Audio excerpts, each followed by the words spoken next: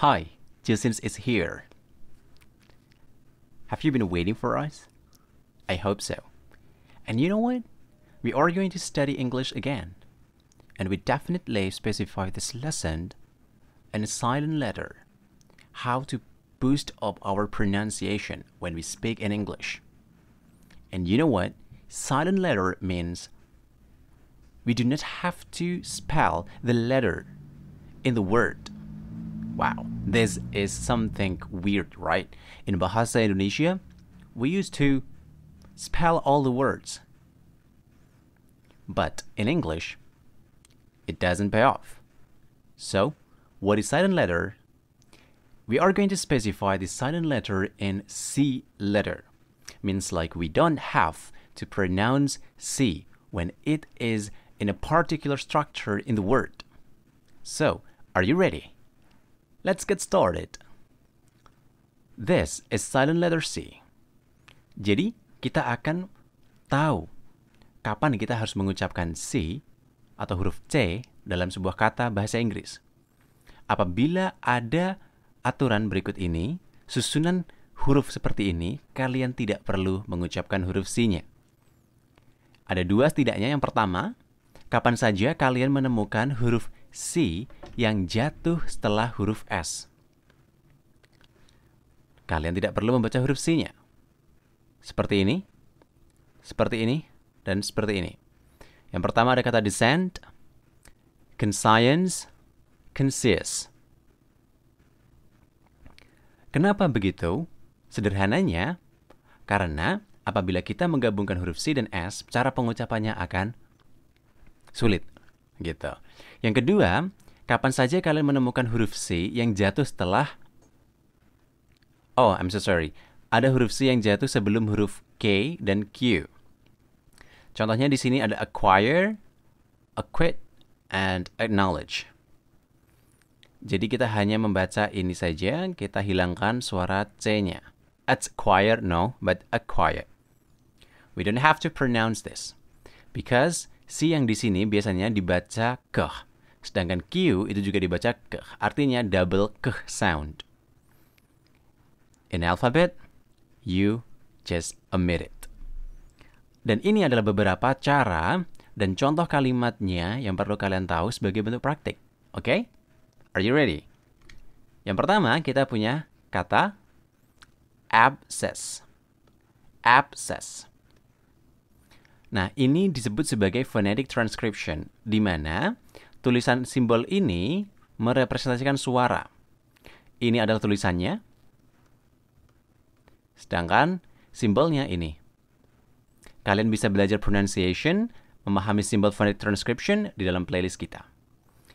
Yang pertama, kata abscess di sini tidak perlu kita baca C-nya. Artinya borok atau bisul yang bernanah.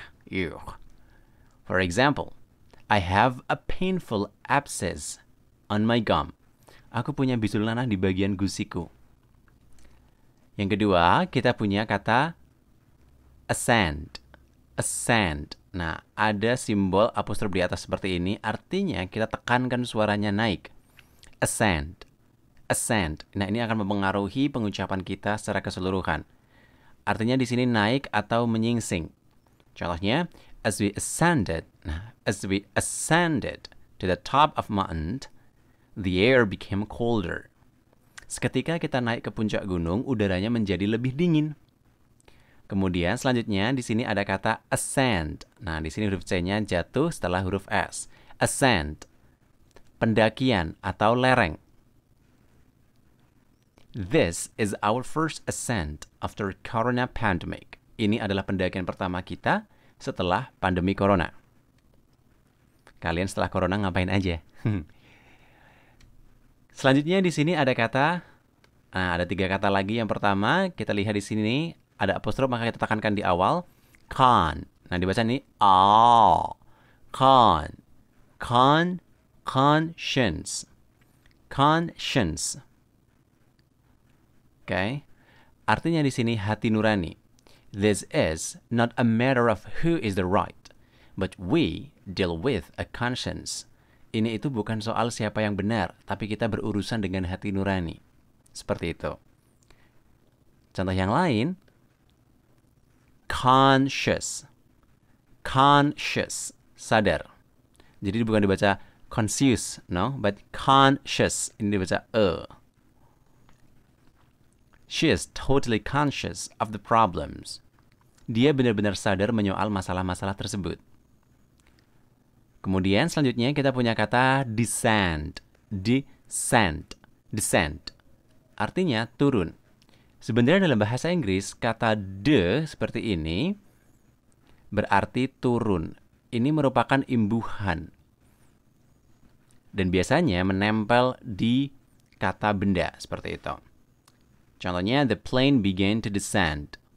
Pesawatnya mulai turun atau landai. Kemudian selanjutnya di sini perhatikan ada kata yang lain lagi, yaitu C setelah huruf S. Crescent. Crescent. Bulan sabit, crescent. The most memorable thing we have been through leads to the time when we were together under a crescent moon. The most memorable thing we have been through leads to the time when we were together under a crescent moon.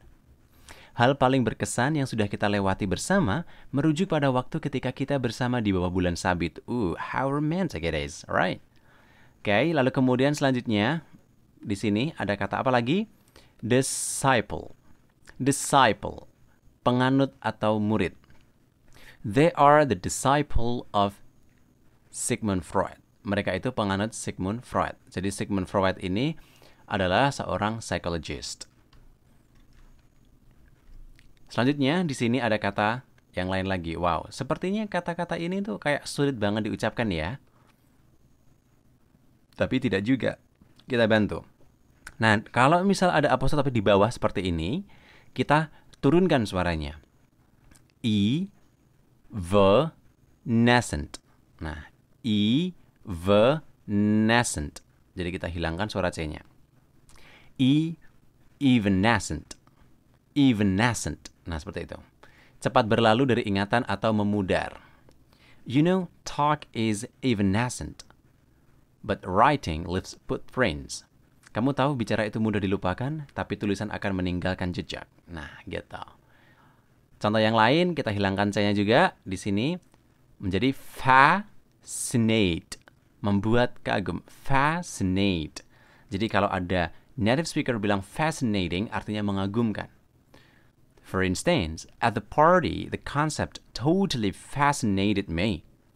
Di pesta tersebut, konsepnya benar-benar membuat aku kagum. Lalu, selanjutnya ada muscle. Muscle. Otot. I'm feeling my muscle tense. Aku merasakan ototku tegang. Kata yang lain lagi, kita bisa temukan di sini. Wow. Cukup sulit ya? Not really. Nah, di sini ada kata fluor. Dan kita baca e. Fluorescent. Fluorescent. Berpendar atau berpijar. Like sparkling. I suppose you should buy at least a fluorescent lighting for your room. Nah, kalau lebih cepat, I suppose you should buy at least a fluorescent lighting for your room. Aku pikir kamu sebaiknya membeli seenggaknya lampu yang berpendar untuk kamarmu. Gitu. Kemudian, kata yang lain kita bisa temukan di sini. Ini dibaca e. Obscene. Nah, obscene. Obscene, jorok, tidak senonoh atau mesum. Kalau mesum bahasa lainnya yang informal itu pervert. Contohnya, Broadcasting Committee commit to ban any program inserting the obscene content. Komite penyiaran berupaya melarang program apa saja yang menyisipkan konten tidak senonoh. Kemudian selanjutnya di sini ada kata yang lain lagi. Apa coba? Nah, ini bahasanya gimana coba gitu kan? Resuscitate. Resuscitate. Nah, resuscitate. Menyadarkan kembali. Make someone aware. Make someone realize again. Conscious again. The doctors attempts to resuscitate him from heart attack field. Usaha dokter untuk menyadarkannya kembali dari serangan jantung yang gagal. Kemudian selanjutnya di sini, nah ini kata yang sering banget kita pakai buat kalian yang berada di bidang mungkin broadcasting, movie maker, seperti itu. Scenario. Scenario. Artinya skenario. Scenario. Jadi C-nya kita tidak ucapkan. Let me suggest a possible scenario for the drama ending. Biarkan aku beri saran skenario yang mungkin untuk akhir drama. Kemudian selanjutnya, scene. Scene. Have you watched the last scene? Nah, sudahkah kamu menonton adegan terakhir? Gitu. Jadi, hilangkan suara C-nya. Contoh yang lain di sini ada kata scent, artinya bau. Nah, kalau bau wangi, odor. Odor ini. Nah, tapi kalau bau wangi-wangian, kita bisa sebut scent. Did you smell such a weird scent? Apakah kamu mencium semacam bau wangi-wangian yang aneh? Lalu, science. Nah, science. Ilmu pengetahuan. He's crazy about science, particularly metaverse. Dia sangat suka dengan ilmu pengetahuan, terutama soal metaverse. Lalu, kata yang lain, scissors. Scissors, gunting. Have you got scissors? Apakah kamu punya gunting? Gitu. Kata yang lain lagi apa? Ini, kita masih punya 3. Contoh, transcend. Nah, hilangkan, baca. Transcend, 2 suku kata, 2 syllables. Melebihi atau melampaui. Melati works by far transcend anything that she has gone before. Melati bekerja jauh melebihi apapun yang dia lalui sebelumnya. Lalu kemudian di sini ada kata wow. Banyak sekali ya gabungan vocal sound-nya. Tapi kita tidak perlu baca C-nya. Acquaintance. Acquaintance. Kenalan. Tony has a wide circle of friends and acquaintance. Tony punya lingkuran pertemanan dan kenalan yang luas. Lalu kemudian selanjutnya, acknowledge.